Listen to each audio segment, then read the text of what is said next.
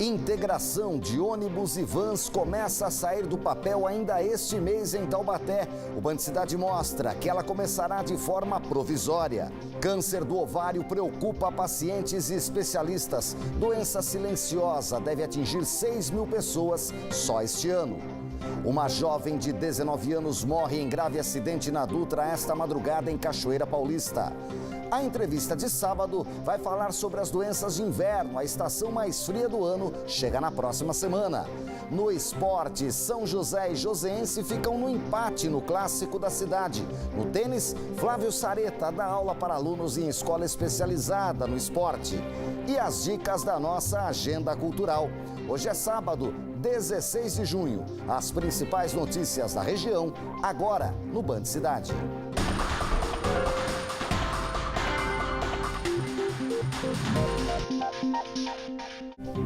Olá, muito boa noite.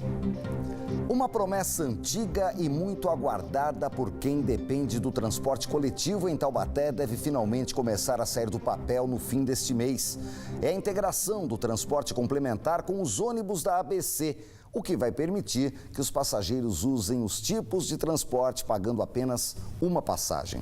Mas apesar do novo contrato prever micro-ônibus no lugar das vans do TCTAL, o sistema vai começar a operar ainda de forma provisória. O motorista e o cobrador agora trabalham uniformizados. Esta, por enquanto, é a única mudança visível desde o lançamento do novo edital do transporte complementar de Taubaté. Já a modernização da frota ainda não aconteceu totalmente. Tá um pouco difícil, né? Muito demorado. Fica mais de uma hora e meia no ponto esperando. Sempre lotados. Sempre vou de pé, então é sempre de pé. É difícil sentar, passa nos pontos, né? Às vezes a gente quer pegar para adiantar por causa do ônibus, mas aí acaba tendo que ficar parado, esperando o pessoal chegar, anunciando. São bastante apertados, né? Aí atrapalha, incomoda viajar assim? Muito barulho dentro, né? Bem velhas. Nossa, tem algumas que você vê que tá em má condição mesmo. No freio, em tudo, eu acho, né? Precisa melhorar porque que nem minha esposa tem um filho de 3 meses, tem hora que tem que levar ele de pé porque não cabe se sentar uma pessoa do lado na van. O processo iniciado em março de 2017 prevê a troca das vans por micro-ônibus, que devem ter portas de embarque e desembarque, elevador para pessoas com deficiência, GPS e catraca eletrônica para a integração com os ônibus. A troca dos veículos deveria ter sido feita até maio, mas foi adiada pela Secretaria de Mobilidade Urbana. Atrasou esse processo devido a inúmeros recursos que tiveram no processo e também o respeito aos prazos necessários que a legislação de licitações exige. Então houve esse atraso na conclusão desse processo, a gente teve que desenvolver posteriormente o projeto básico e o termo de acordo operacional entre a Prefeitura e a empresa de transportes, para cumprimento do termo de acordo de conduta, termo de ajuste de conduta firmado com o Ministério Público. Esse termo é desde 2015 que ele foi feito, a gente tem trabalhado na remodelação do sistema em função desse termo de ajuste de conduta firmado. E então essas próximas etapas agora para que a gente possa então também garantir a integração entre os sistemas. Hoje o TCTAL conta com 40 vans que vão dar lugar a 27 micro-ônibus. Em cada veículo, 2 motoristas vão se revezar ao volante. Segundo a associação que representa a categoria, 14 veículos já se adequaram às novas regras. 103 motoristas se inscreveram para participar da nova licitação do TCTAL, mas somente 53 foram classificados e eles deverão assinar o contrato com a Prefeitura ainda neste mês. Aí terão 90 dias de prazo para se adequarem às novas regras. Enquanto isso, a Prefeitura resolveu antecipar a integração com os ônibus. Vai começar já no mês que vem, ainda com as vans. Nesse momento, as linhas ainda serão aquelas que são atendidas pela ABC Transporte. A gente vai conseguir segregar depois que houver a aquisição desses novos veículos.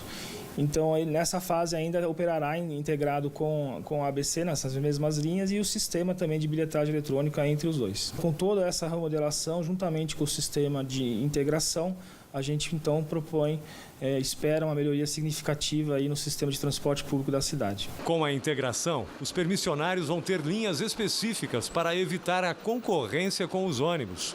O TCTAL vai atender passageiros do Marlene Miranda, Vila Aparecida, Parque Sabará e São Gonçalo. Enquanto o sistema não vira realidade, quem depende do transporte público em Taubaté espera ansioso que o serviço melhore. É bom ter parceria, né? Assim, o cliente, né, tem condições, opções de escolher tanto a van como o ônibus, né? Espero que melhore, né? Que tenha mais ônibus pra gente ir, mais horários. Finais de semana é bem precário, é bem difícil, sábado e domingo. Eu acho que não dá conta, as vans não dão conta, porque são muito pequenas e é bastante gente, né? Eu acho que uma van em um bairro não dá conta. A hora que demora o ônibus, também demora a van, né? Tem hora que o povo culpa a van. Mas tem hora que é o ônibus mesmo, do São Gonçalo mesmo, demora pra caramba. Vai diminuir, vai melhorar bastante. Se integrar mesmo, eu acredito que melhore. Diminuir o tempo de espera. Diminuir o tempo de espera, nós esperamos, né?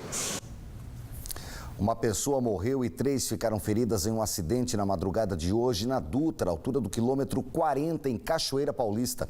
Segundo a Polícia Rodoviária Federal, o carro de passeio perdeu o controle no trecho e capotou. O acidente foi por volta de 4 da manhã. Todos os ocupantes eram moradores de Cruzeiro.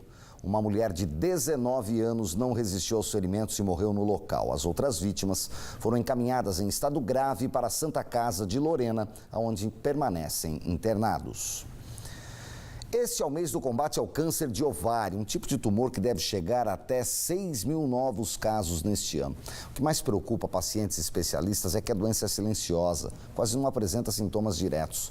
Difícil de ser descoberta, o que reduz as chances de cura, em muitos casos, já em estágio avançado.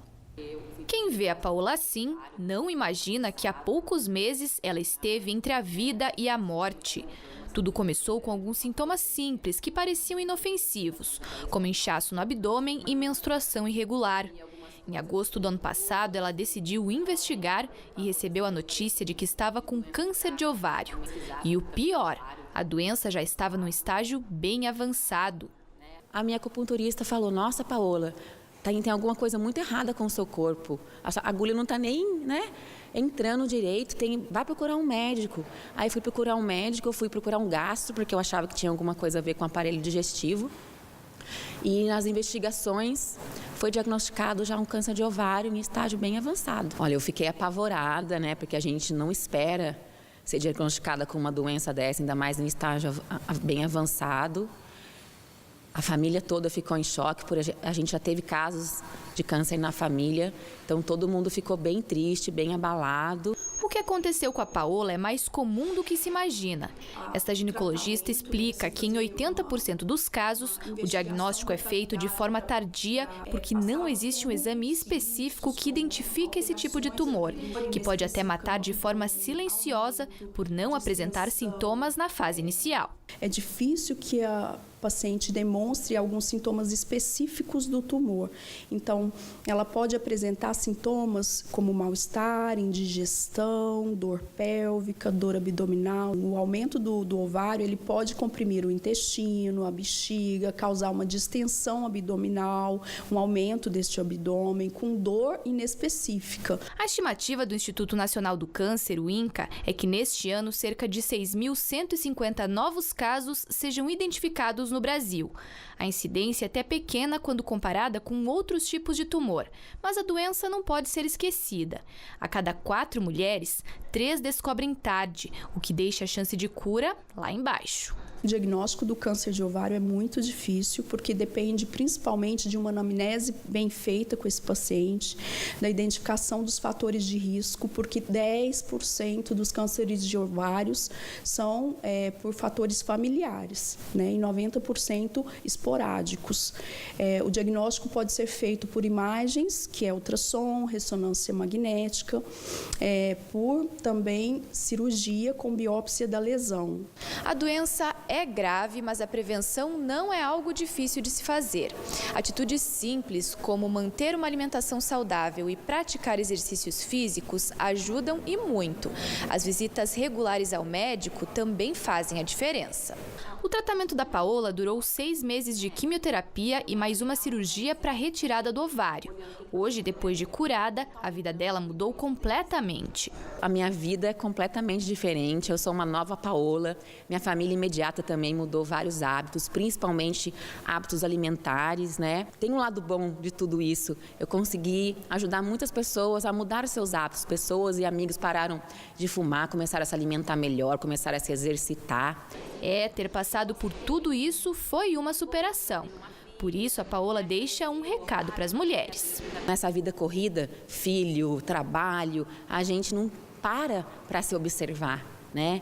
E uma coisa que eu aprendi também com a doença, a gente sempre tem que sempre vir em primeiro lugar, antes do trabalho, antes da família, porque se a gente não está bem, a gente não consegue fazer outras coisas e ajudar as outras pessoas, né? Principalmente mães de família como eu, né? E depois do intervalo, o Band Cidade vai falar das doenças do frio. Afinal, ele chegou antes mesmo do inverno, que começa na próxima semana. Não saia daí, a gente volta já, agora às 7 da noite.